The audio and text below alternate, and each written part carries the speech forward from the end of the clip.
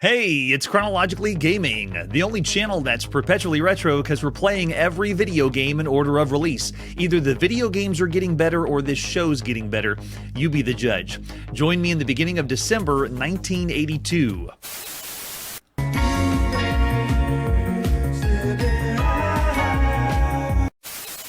And we were last playing Centipede on the Sinclair ZX Spectrum. But don't get too excited, it wasn't the official Centipede. This is December 1982. Nothing's really official. There's barely anything official right now. Let's see what our next game is, where we head into really obscure territory for this show's episode. This is Cimex Rex for the Atari home computer, only on the Atari home computer. This is the 431st game we've seen for this computer, and all I have is screenshots. I have scoured and looked for anything else that I could find, but all I got is screenshots for this one. It's got an alternate version, but we're going to pop in Cimex Rex and play on our Atari home computer. This is by Bill Leuenberger. Way to go, Bill. And Vectrex Computer Systems, released in the beginning of December 1982. Cimex Rex.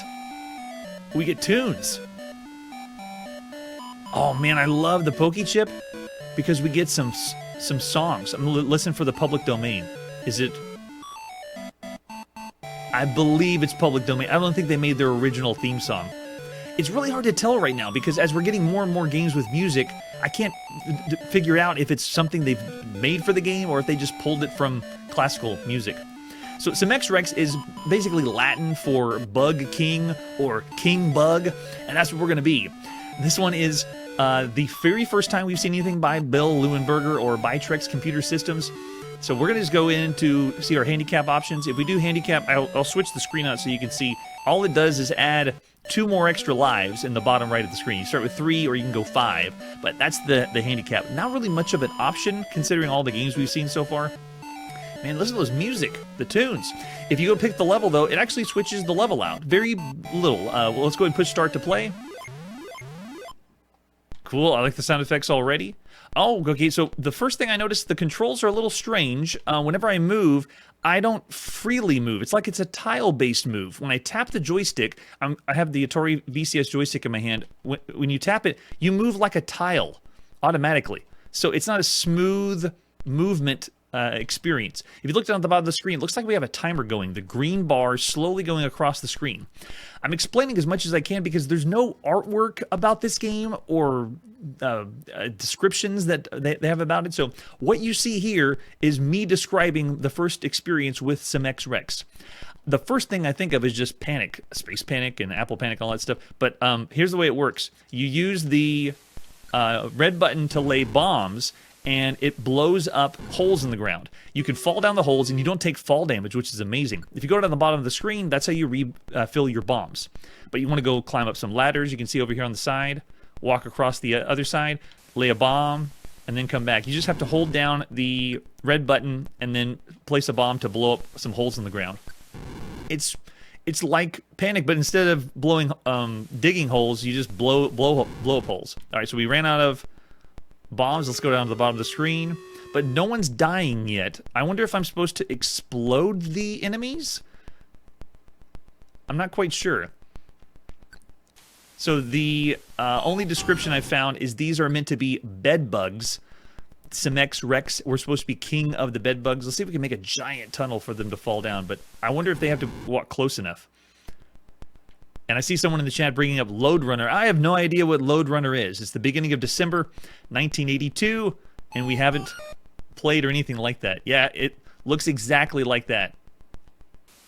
Let's play this one here. Oh, okay, if they get close, it really doesn't blow them up. I guess they have to fall, right? Yep.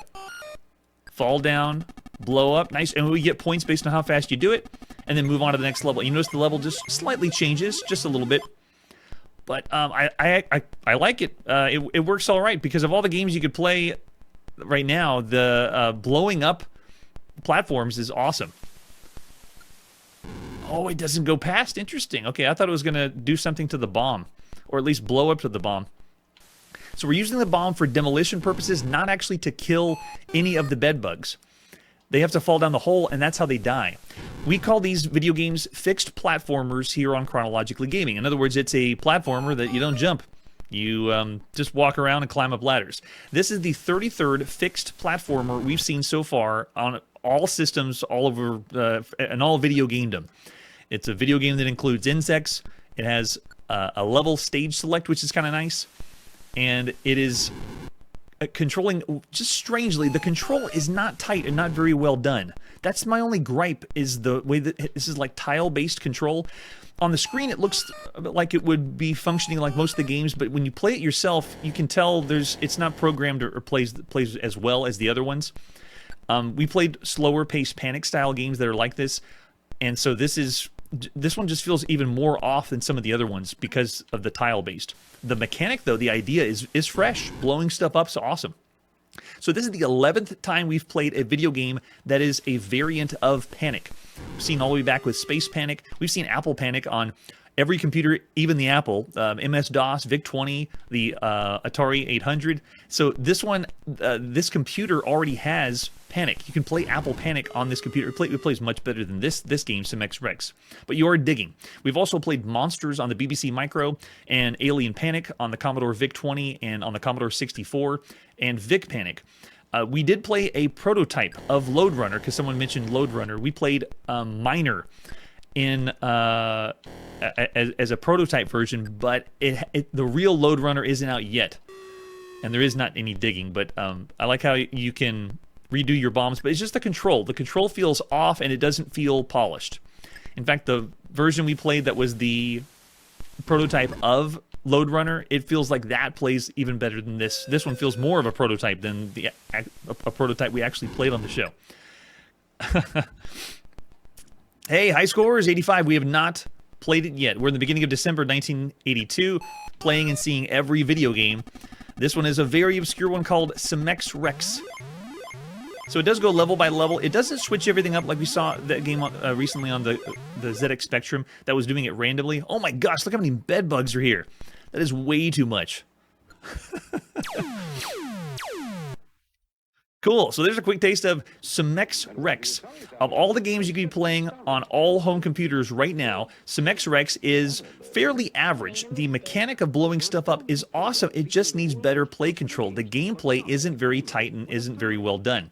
I wouldn't give it in the range of broken for all the games you could play, or bad for all the games you could play. I'd say around average for everything you could play on all home computers up to this point. Looking over the chat, I see a 2.5 to 3 stars coming from James, and I'm thinking that too. It's pretty average. Cimex Rex, I can understand why I don't see any artwork. Usually on the show, when I go to find these games and get ready to do the live show, if a game has a lot of love, you have people that send in the scans and catalog a lot about the games. If you can't find a lot about the game, usually it's because something's off. Something's weird about the game. Most people are saying 3. I'm going to have to say 2.5. It's not, I almost said bad because of the way it's controlled or the movement of the character, but that bomb mechanic is what's bringing it to 2.5. All right, after that game, let's see what our next one is.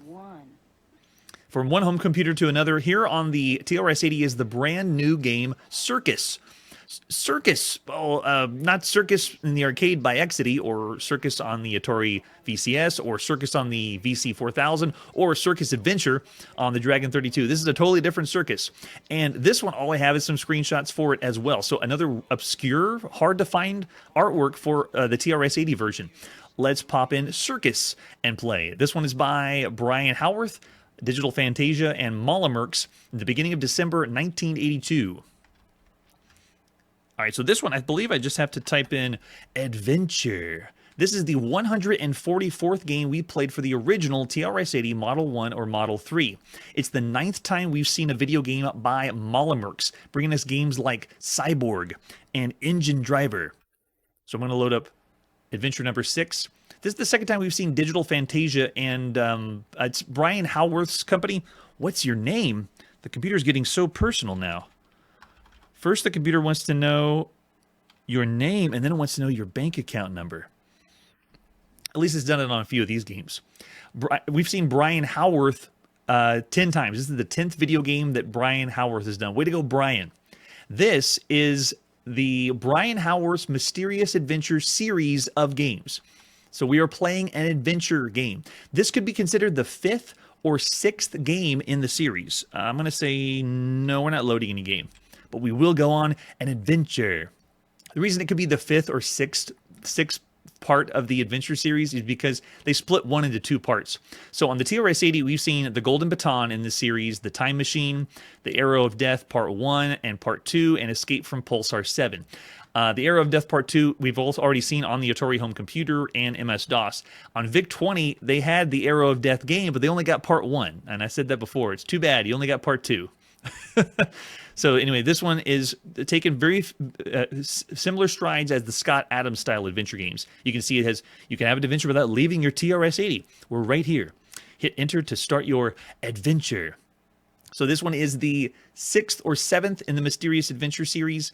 This one is just called Circus. Here on the TRS-80, this very first version is the first time we've seen this part of the series.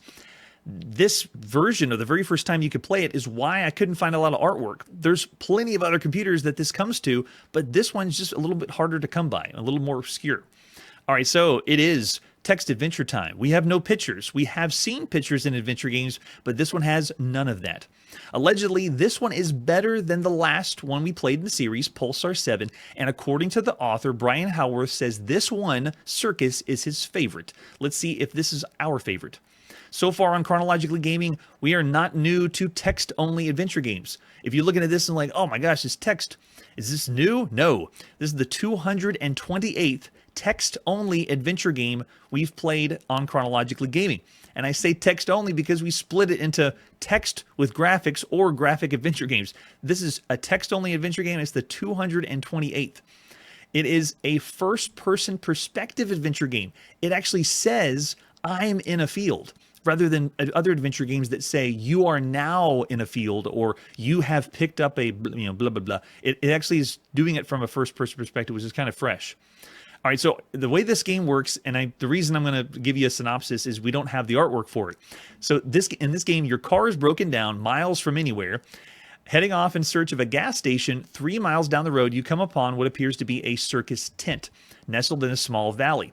Sounds and music come from inside. As you reach the gate, suddenly there is complete silence. You walk fearfully towards the entrance of the tent, wondering what exactly is going on here.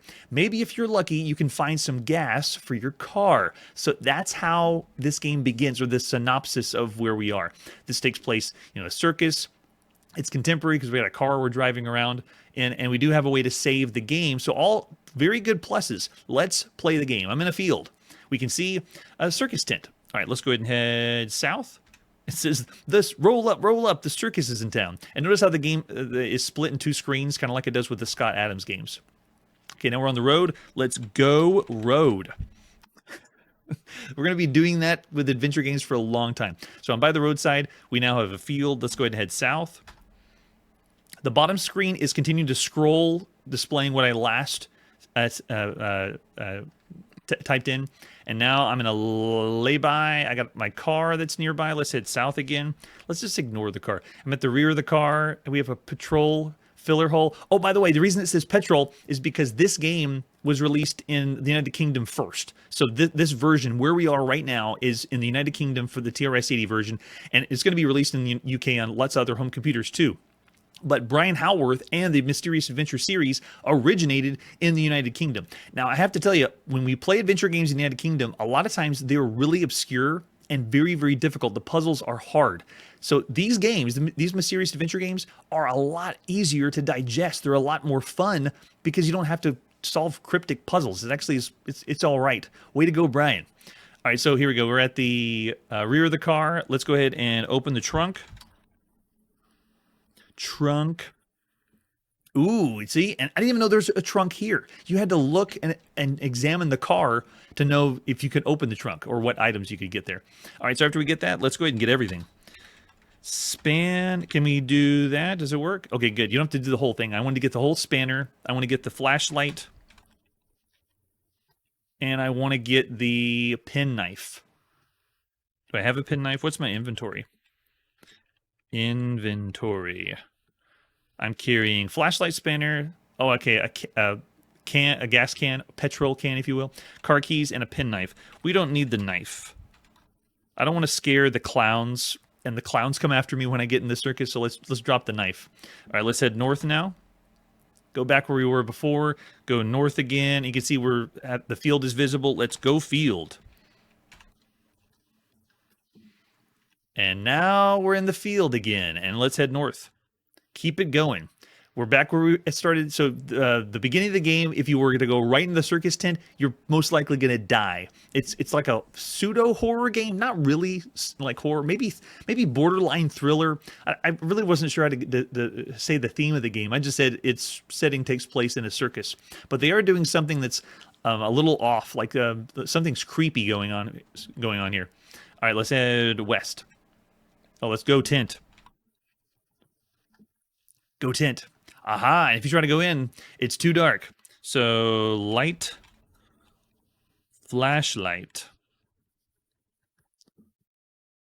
Now we can see. And can we see anything? I don't think so. All right, let's head north. The tent entrance, we're now in the circus ring. We can see a pile of rope and a ladder. Let's just keep going west. We're out now in the mess room. We can see the freezer. Let's look at the freezer. What do we got? Fish. Take fish. Can we eat fish? It says, I see something. Like we've been looking around and haven't seen anything the whole game. All right, let's head east. Back where the pile of rope is. It's south. And we're at the tent entrance. And now head east. We're in the small room where a large tank is. Head east. And then we have water here. Let's swim. It feels like we're in total blackness, but wouldn't feel safe swimming. And then now that we're swimming, we have a sea lion. Oh, that's fun. All right, so now let's feed the sea lion because we have a fish. Oh, and because we feed the sea lion, he tosses us a snorkel. See, it makes total sense. All right, let's get the snorkel. Snorkel. And we got it. All right, and that is where we're going to stop our first experience with Circus. The first time you ever played this part in the series of the Brian Howarth Mysterious Adventure series. This one's okay. Of all the games you could play on all home computers, it's still fairly average. There's not anything that is pushing this or making this an exceptional adventure game or a fun adventure game. If you want more info on this game, I'm going to include a link down below to Ringa in Blue, who does a blog, a written blog, where they are playing every adventure game, text adventure game, maybe even adventure game, text adventure game with pictures. And they are currently in 1982. They've been playing everything from the beginning. They've been doing everything chronologically. So I'm going to include that link if you want to see more of what this game's like. If you twisted my arm, I might say 3.5 stars because of the locale. And I like the adventure games that give a little creepy feel, like something like the Institute that we played. Those are all interesting. So looking over the chat, most people are saying average for everything you play up to this point. I mean, most of the adventure games now, they're like copy and paste. You can do the exact similar thing. It's just how well are you writing the story is what's going to set it apart. So I'll say 3 stars for Circus. All right, with that, what's our next game? Coming up next is the one I've been waiting for. Every single game we get on the Vectrex, I'm so excited to play. This is Clean Sweep. Let's check it out. The brand new Vectrex is having games and more games pumped out. Clean Sweep. Not to be confused with the one we recently played on the backlog in the arcade in 1974 by Ramtech. Most of the time we get an arcade game and Vectrex will port it home and it's awesome. This one is not based on anything that we've seen before. So it's a whole new Clean Sweep game. The front of the box is just like the other ones we've seen on the Vectrex by GCE. Gives us a few screenshots and it actually looks most like the game, what we're going to be playing, which is kind of nice. This game is only available on the Vectrex, and it's the 5th game we've seen so far, after Mindstorm, Armor Attack, and Berserk and Blitz. Let's flip it over in the back.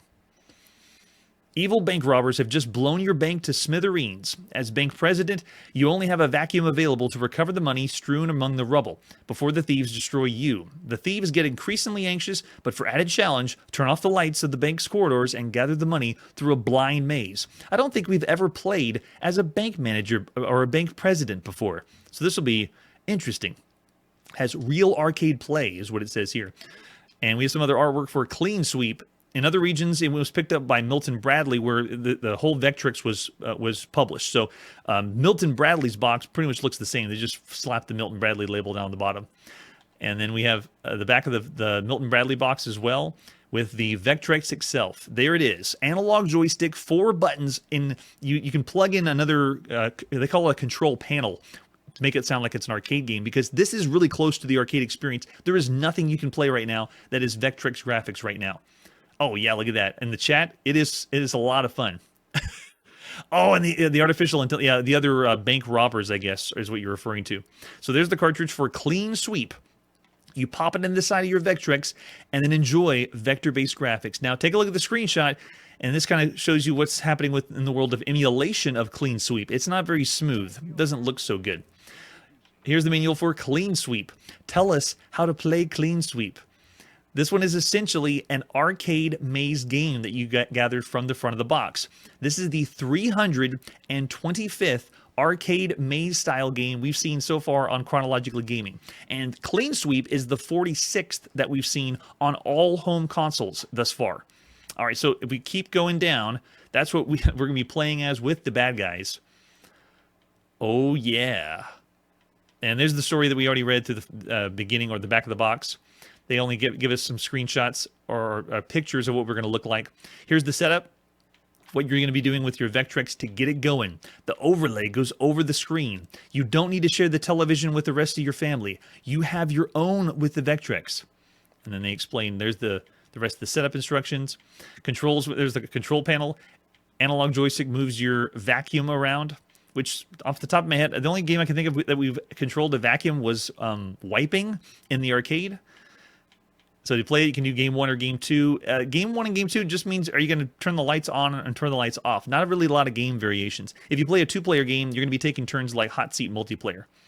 The Binks corridors are shown, yes, and then you can do game 2, which is that you've turned the lights off. So you start the game and you're going to find objects in the game. You are controlling the vacuum, and the robbers look just like that. They've tried to burglarize the bank. The dynamite they plan to cause an explosion, leaving the bank in a terrible mess. The corridors create a maze with money strewn everywhere. Use your joystick to maneuver your vacuum throughout the bank and sweep up the money. So we've seen this since Pac-Man, you know, and Head On. You're picking up dots, or you're picking up things on the map, and they always find clever ways to describe what you're doing. So in this one, we are vacuuming up the money. Very, very clever. Your vacuum bag's limited in what you can hold, though. You can start to see it grow larger, and eventually it'll not hold any more money, and you'll have to redeposit the money by entering the vault in the center of the screen. That's the gimmick of Clean Sweep. Your vacuum does not have to be full to enter the vault and redeposit the money, so you can fill it up anytime. Also, your bag doesn't get slow. It doesn't slow you down like we've seen with some other games. Picking up the money with your vacuum is not easy because the bank robbers return one by one to try and destroy you. Yikes, scary bank robbers. But if you want to get supercharged, you can. You can go in the bottom right 4 corners of the map and get supercharged, i.e. your power pellets like in Pac-Man. After you get all the money, then you go to the next level.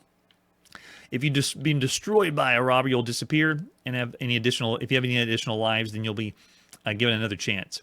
This explains what the maze is like with the hallways, the levels, number of vacuums, and what points you're going to need, because it's December 1982. You need to know what the points are, and there they are.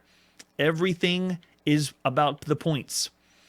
And it does save the high score, which is a nice touch, temporarily at least. So the high score table, we've seen more and more games offer this feature, and it's big, at home especially.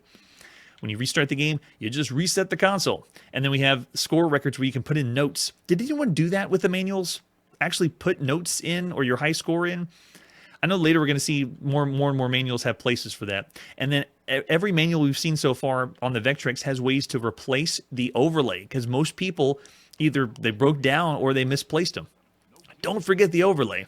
All right, so this one, I have other versions because this one has been very, very difficult to emulate. I'll explain a little bit more of that later. Let's pop in Clean Sweep and Play by GCE and later by Milton Bradley in the beginning of December 1982. Aww. I love it. It had a theme song and everything. Okay, so the first thing we go, when we jump in, I'm just going to do game 1 because it really doesn't make a difference if you do 1-player or 2-player, is the emulation. Because this one, if you notice that the grid or the maze isn't perfect, it's not lining up perfect. But as I'm moving around, you can see my money bag filled up all the way, and I'm not picking up any more of the money. You got to go to the center, and there, you completely exhaust your bag, and then you get the points, so the points start flowing in. If you go on the bottom left, now I've been supercharged. So now you can go and turn the tables on the enemies. You see the criminals are running away, and you eat them like that. So there you go. And it doesn't matter which way you use the supercharge. I'm thinking of, like Casey's Crazy Chase, where you had to eat the certain spot or a certain place on it. But as I'm playing, you're already getting vibes of what this is. I mean, it is so much like Pac-Man. It's so close to Pac-Man. And I mentioned the Casey Munchkin because Casey Munchkin was sued because it was too much like Pac-Man. But I mean, come on, this is really close to Pac-Man too. While your character is the vacuum and doesn't really look like Pac-Man, the enemies, look at the enemies are munching as if they were Pac-Man. But it's still a good time. It is another copy or clone for games like this. At this point, I mentioned this is an arcade maze game on home console. Some of the more recent arcade maze games that we've seen and played so far have been Pirate's Chase on the Astrocade, Night Stalker, or Dark Cavern. Night Stalker was on television, then Dark Cavern was the Atari VCS version. We also played Tron, Mazatron, Mines of Minos on the Atari 2600, The Incredible Wizard on the Astrocade, and Take the Money and Run on the Video Pack. So this one isn't doing anything particularly amazing or different aside from the gimmick with points. I do like how you have the 4 power pellets in each quadrant, and you can make your way around and see how I'm getting a lot of bonus points picking up the enemies here. When someone brought a shark attack, that's interesting too. Another kind of one. So if you want the added challenge, you can go to game mode 2, turn off the lights and the bank corridors, and gather the money through a blind maze. But if you memorize this, notice as we go level by level, it's not really changing the maze up. It's the same thing, very similar to the original Pac-Man. I really wish they would do something like the more money you pick up would slow you down, like we've seen in games like Lupin the Third or Bagman just recently. And the way I've emulated this to get this to play, it really isn't doing the game justice, like I've said with vector-based games. This one I had to dumb it down a little bit to line up the maze, because the actual grid wasn't lining up very well. But the overlay over the top, this is an overlay-assisted game where you really aren't getting any color or additional graphics without the overlay. This is the 81st video game that we've seen that has an overlay. That's part of it. And this is the 34th video game that we've seen so far that has vector graphics up to this point. So the analog joystick is really nice, but it really doesn't do this game justice. I mean, it controls fairly well, and the game plays fairly well. The vector-based graphics is what is taking this over the top, considering everything else you can play up to this point. The cartridge that we popped into this console is the same size as the cartridges on the Atari 2600. This is a 4 kilobyte cartridge. 4 kilopower.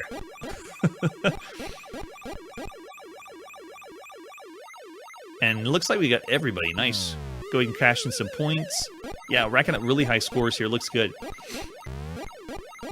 And Kun, I saw you in the chat. It does look more like Pac-Man than Casey Munchkin. Why didn't this one get sued? To my knowledge, there's no legal precedence against this game. At least not that I could find. So, obviously, Pac-Man is being ripped off here. At this point, we've seen this is the 140th clone of Pac-Man, or variant of Pac-Man. This is the 21st clone of Pac-Man on home consoles. Right now, the only way to play official Pac-Man on home consoles is on the Atari 2600 or the Atari 5200. And we're having a really good run here. If you're able to keep a good pace and remember to lure the criminals in the 4 corners, then you'll be all right. Some of the more popular Pac-Man clones we've seen on home consoles has been, Casey Munchkin, Casey's Crazy Chase, Crazy Chewy on the Creativision is one of the best for all home consoles. Ladybug on the ColecoVision is a really good one. Catrax on the Arcadia 2001. Lock and Chase on the Intellivision. Mousetrap on the ColecoVision. Lockjaw on the Atari 2600. Turtles on both the Arcadia 2001 and AdventureVision. Alien on the Atari 2600 more recently. Jawbreaker on the Atari 2600. And Pac Monster, which was on the Epoch Cassette Vision. So we're going to see this version later as Mr. Boston, which I think has 3D capabilities. But for my money, I would say this is still around, I would say slightly above average because of the vector-based graphics. I've said it before. If you were to twist my arm and say, would you give this 5 stars? Yes, I would, because I just love the Vectrex. It's too good. All right, there you go. So there's our quick taste of Clean Sweep for the Vectrex. It is good. It is very fun. It is still taking an archaic idea of the Pac-Man games, but it's done very well. It's executed very well. It has a gimmick that works, but I might say like 3.5 stars for all the games you can play. Looking over in the chat, I see some average 3.5s. Yeah, that's true. Like the Mousetrack, James, I can see that as well. But see, it's the vector-based graphics. You cannot get a game like this at home. Plus, it's an original game at home. I kind of said this with Mindstorm. Mindstorm was pretty good. So I honestly could go 4 stars. For all the games you could play right now on all home consoles, Clean Sweep could be a 4-star game. I'm thinking 3.5 to 4. Couldn't say the same as well. Brian, I see 3.5, and Curtis with 3.5. I really want to say 4 just because of how much of a novelty it is. If I could have this system with this game, it'd be great. And there, a 4 is good. Yeah, I'll say that. Clean Sweep is fun. It's an excellent video game, and because it's on the Vectrex, I'm going to go 4 stars for everything you could play on all home consoles. Because while the gameplay is similar, I mean, the presentation and what this console has to offer is doing it more. That's awesome. Very, very fun. All right, that's where we got to put our video game playing on pause. Thanks again, everyone, joining me here in the beginning of December 1982 to check out and play the latest video games and releases and pretend we're here and there's nothing else in the future with video games, so we can actually see what this game is based or how it plays based on everything else that's available out there. Next time on Chronologically Gaming, Combat gets ported to the Arcadia 2001. Does Atari know about this? More games for the only Vectrex in town, and we get into the Christmas spirit on the Commodore 64. That's it for today, and like I always say, don't let the Atari bedbugs bite. Hey everybody, thanks for checking out the channel and joining me on my quest to play every single video game in order of release. We'll be streaming live every weekday at 9 p.m. Central, so join us and let us know if we missed any games along the way. This video would not be possible without...